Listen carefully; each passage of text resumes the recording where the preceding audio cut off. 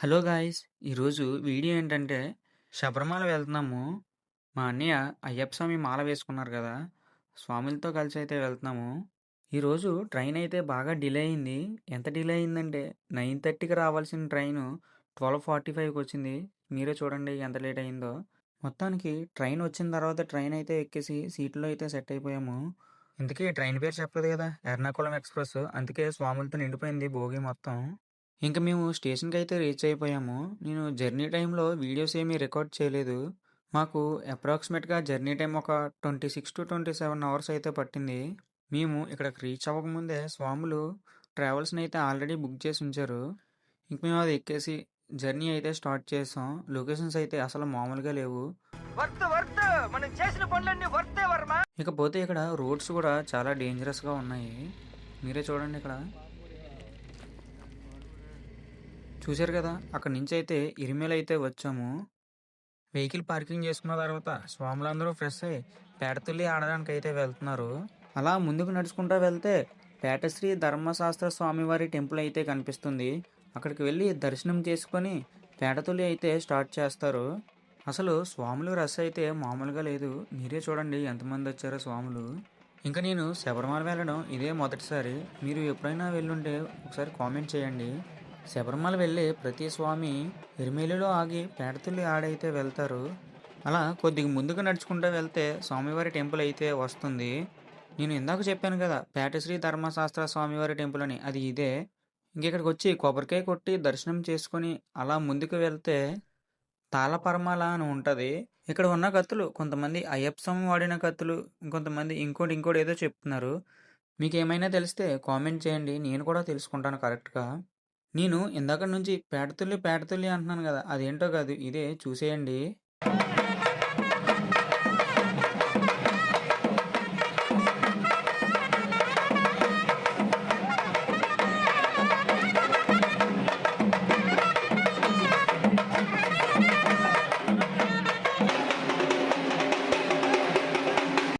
ఇంకా మేము పేడతుల్లి అయిపోయిన తర్వాత అక్కడి నుంచి స్టార్ట్ అయిపోయి అక్కడి నుంచి కొద్దిగా ముందుకైతే వచ్చాము. అక్కడ ఆగిన తర్వాత ఇది ఏంటి అని పైకి వెళ్ళి చూస్తే ఇదంతా రబ్బర్ తోట అంట. చూడండి ఎలా ఉందో, జెల్లీలా ఊగుతుంది ఊపుతుంటే. అసలైందంతా కిందకి వెళ్ళిపోయి పైకి వాటర్లా తేలుతుంది. చూడండి ఇదే నేను చెప్పిన రబ్బర్ తోట. ఇంకా ఇక్కడ నుంచి స్టార్ట్ అయిపోయాము. మనం వచ్చిన ట్రావెల్స్ వెహికల్ ఇక్కడ వరకే వస్తుందంట. చూడండి ఇక్కడ వెహికల్స్ ఎన్ని ఉన్నాయో, దీన్ని బట్టి మీకు అర్థమైపోయి ఉంటుంది శబరిమలలో రష్ ఎలా ఉన్నదో. ఇంకా ఇక్కడ నుంచి పంబ వరకు వెళ్ళడానికి మన వెహికల్స్లో వెళ్ళడానికి అయితే పర్మిషన్ ఉండదు. కన్ఫామ్గా కేరళ గవర్నమెంట్ ఆర్టీసీ బస్సుల్లో మాత్రమే వెళ్ళాలి. ఇంకా మాకు టికెట్ అయితే 80 రూపీస్ ఛార్జ్ చేశారు. ఇంకా ఫైనల్గా మేము పంబకైతే వచ్చేసాము. ఇక్కడ నదుల్లో మునిగితే వైరస్ వస్తుంది అంటున్నారు. ఎందుకో తెలీదు, ఇలా ఫేక్ న్యూస్లు స్ప్రెడ్ చేస్తున్నారు. ఇంకా ఇక్కడ నుంచి చూడండి పంబ వ్యూ ఎలా ఉందో. ఇంకా స్వాములందరూ కూడా పంబలోనే స్నానం చేసి వారి ఇడుములకు పూజలు చేసుకొని ఇక్కడి నుంచి కొండ ఎక్కడం అయితే స్టార్ట్ చేస్తున్నారు. ఇప్పుడు మనం కొండ ఎక్కడానికి ఇటు సైడే వెళ్ళాలి. మనం అలా ఈ రూట్లో కొద్ది దూరం వెళ్ళిన తర్వాత ఆధార్ కార్డు ఉంటే ఆధార్ కార్డ్, లేదా ముందుగా టికెట్ బుక్ చేసుకొని ఉంటే టికెట్ అయితే వెరిఫై చేస్తారు. ఇంకా మనం అలా మెట్ల మీద నడుచుకుంటూ వెళ్ళేటప్పుడు మంచి మంచి వ్యూస్ అయితే కనిపిస్తాయి. చూసుకుంటూ అలా వెళ్ళిపోవటమే.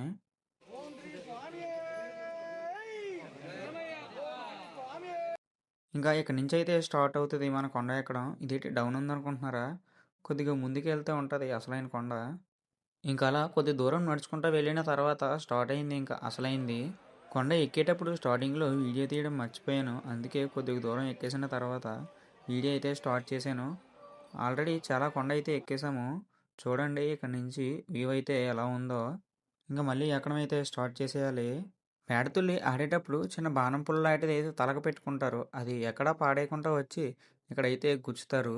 ఇంకా ఆ ప్లేస్ నుంచి కొద్దిగా దూరం వచ్చిన తర్వాత లైన్ అయితే ఆగిపోయింది. అలా 30-40 మినిట్స్ అయితే లైన్ అయితే ఆపేశారు. అలా కొద్దిసేపు వెయిట్ చేసిన తర్వాత లైన్ అయితే వదిలారు. లైన్ వదిలిన తర్వాత కొద్ది దూరం అయితే నడుచుకుంటూ వచ్చాము. అప్పటికే చీకటైపోయింది. ఇంకా గుడి 200 మీటర్స్ ఉందంట ఇక్కడ నుంచి. ఇదిగో ఇక్కడ బోర్డు మీద ఉంది చూడండి. అలా కొద్ది దూరం నడిచొచ్చిన తర్వాత ఇక్కడ మొదలైంది మాకు అసలైన టాస్క్. మినిమం ఇక్కడే ఒక 1 to 1.5 అవర్ అయితే వెయిట్ చేసాము. ఇంకా మా లక్ ఏంటంటే దర్శనం ఇంకా ఫాస్ట్‌గా అయిపోయింది. మేము ఈవినింగ్ 4:30-5కి స్టార్ట్ చేస్తే కొండ ఎక్కడం మాకు దర్శనం 8:30 కల్లా అయిపోయింది. మాకు దర్శనం చాలా ఫాస్ట్‌గా అయిందని అనుకుంటున్నాను. ఇకపోతే ఇయే అయ్యప్ప స్వామి బంగారపు మెట్లు చూడండి. వర్త్ వర్త్ మనం చేసిన పనులన్నీ వర్తే వర్మ వర్త్. నువ్వు నీ కళ్ళతో చూసావా? నేను మాల వేసుకోలేదు కదా! ఇక్కడి నుంచి నాకైతే అలౌ లేదంట బంగారపు మెట్లు పైనుంచి.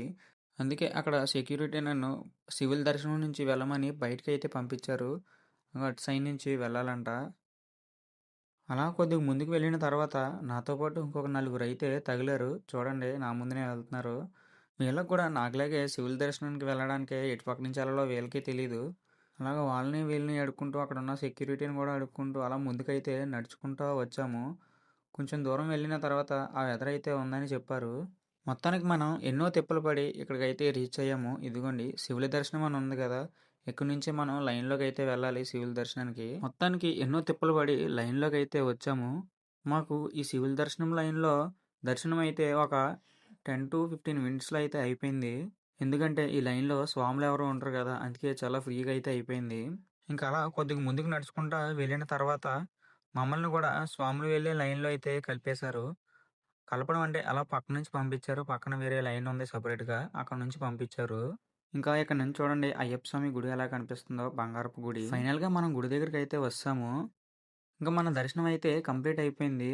అదిగోండి అదే బంగారపు మెట్లకుండే దారి. అక్కడి నుంచి అలా తిరుక్కుంటూ మనం వచ్చాం కదా! ఆ రూట్‌కైతే వస్తారు. చూసేయండి ఇదే టెంపుల్ ఓవరాల్ వ్యూ. చూడండి ఎంతమంది స్వాములున్నారో. మాక్సిమం 98% అందరూ స్వాములే ఉన్నారు. రిమైనింగ్ 2% నాన్ స్వాములున్నారు. అంటే మాల వేసుకోలేని వాళ్ళు. ఇంక మాకు దర్శనం అయితే చాలా బాగా అయింది. మళ్ళీ రెండోసారి దర్శనం చేసుకోవడానికైతే వెళ్ళిపోయాము. ఎలాగంటే సివిల్ దర్శనం అని చెప్పాను గదా! అటు సైడ్ అయితే ఎవరు ఆపట్లేదు. మళ్ళీ ఎన్ని సార్లు ఎళ్ళినా. నెక్స్ట్ మేము ప్రసాదం కౌంటర్ దగ్గరికైతే వెళ్ళిపోయాము ప్రసాదం తీసుకోవడానికి. అదిగోండి కనిపిస్తుంది కదా! అది హోమగుండం. స్వాములకి విడిముళ్ళు విప్పడం అయిపోయిన తర్వాత నెయ్యి పట్టించిన కొబ్బరికాయ ఉంటది కదా! ఆ కొబ్బరికాయ నెయ్యి తీసేసిన తర్వాత ఆ కొబ్బరికాయ తెచ్చి హోమగుండంలో అయితే పడిస్తారు. ఇంకా మేము అక్కడ నైట్ అక్కడే స్టే చేసి మార్నింగ్ లేచి అయితే స్టార్ట్ అయ్యాము కొండ దిగడం కోసమని. ఫారెస్ట్‌లో నైట్ ఎందుకులే దిగడం అని చెప్పి ఉండిపోయి మార్నింగే అభిషేకం, దర్శనం చేసుకొని స్టార్ట్ అయిపోయాము కొండ దిగడం కోసమని.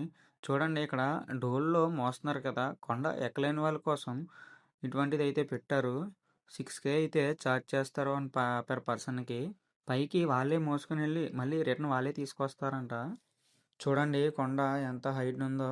పైకి వెళ్ళడానికి వెహికల్స్ అలో అయితే ఏముండదు.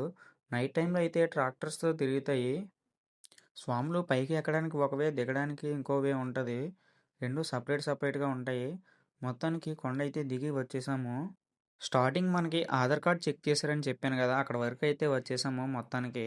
ఇంకా మేము పంబ దగ్గర నుంచి అయితే బయటికి వచ్చేసి బస్ ఎక్కడానికైతే వెళ్తున్నాము. చూడండి అయ్యప్ప స్వామి విగ్రహం. ఇంకా ఇక్కడ నుంచి మేము గవర్నమెంట్ ఆర్టీసీ బస్ అయితే ఎక్కి వెళ్ళిపోయాము. మన వెహికల్ పార్కింగ్ చేసిన దగ్గరికి. నెక్స్ట్ ఇక్కడ నుంచి మేము ఎక్కడికి వెళ్ళామో నెక్స్ట్ వీడియోలో అయితే పోస్ట్ చేస్తాను. ఇంకా మీరు సబ్స్క్రైబ్ చేసుకోకపోతే చేసుకోండి గాయ్స్.